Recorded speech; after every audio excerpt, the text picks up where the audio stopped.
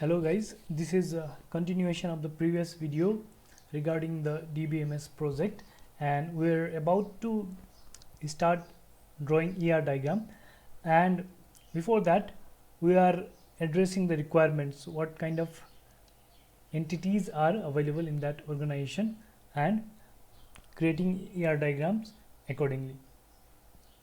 So in Janta Multiple Campus, our imaginary campus, these are the entities, and there are two minor changes that I have done compared to the previous video. As you might notice, course has been renamed as program, and excuse me,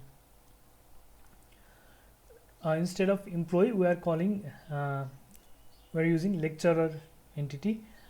These are two minor changes, and we'll continue with attributes.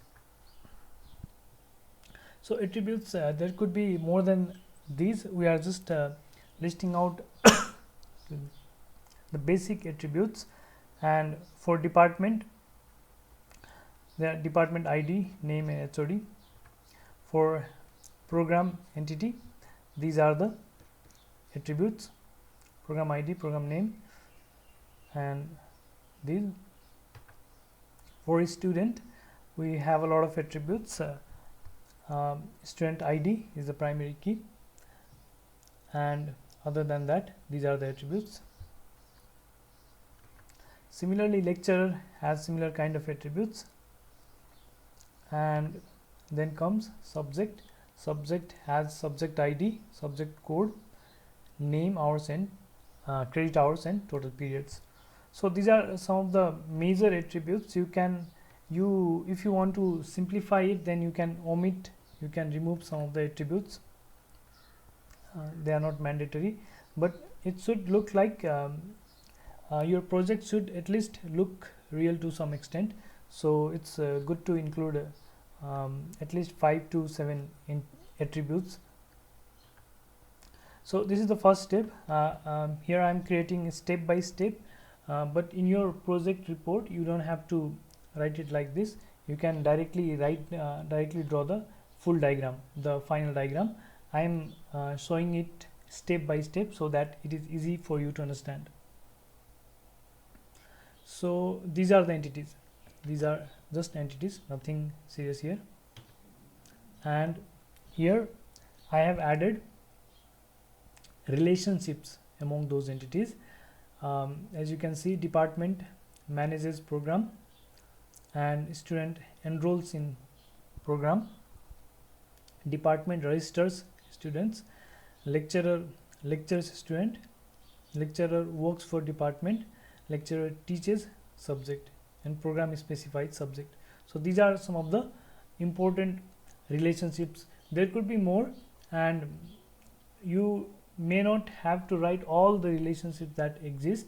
Only the information that this organization is going to need in real, those kind of information should be stored. So based on that, you can create the relationships accordingly.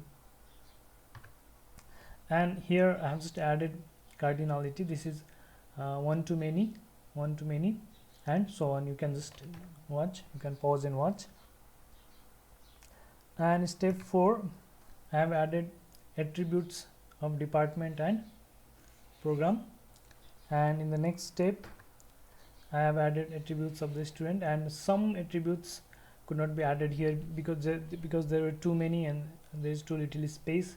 The diagram is becoming too complex, so I have omitted some of the attributes, and I have also noted here, so this should be fine if you want to do like this in your project.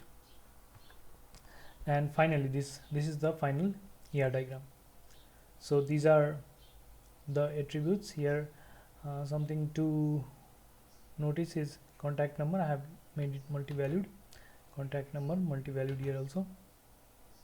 So otherwise, this is comparatively very simple ER diagram that we have created. I have not made it very complex, because if you make it complex, then mapping to relational model, that will get complex, and because of that our SQL queries will also get more complicated. So I have kept it simple. Thank you for watching. I'll create another video for mapping this ER diagram to relational model.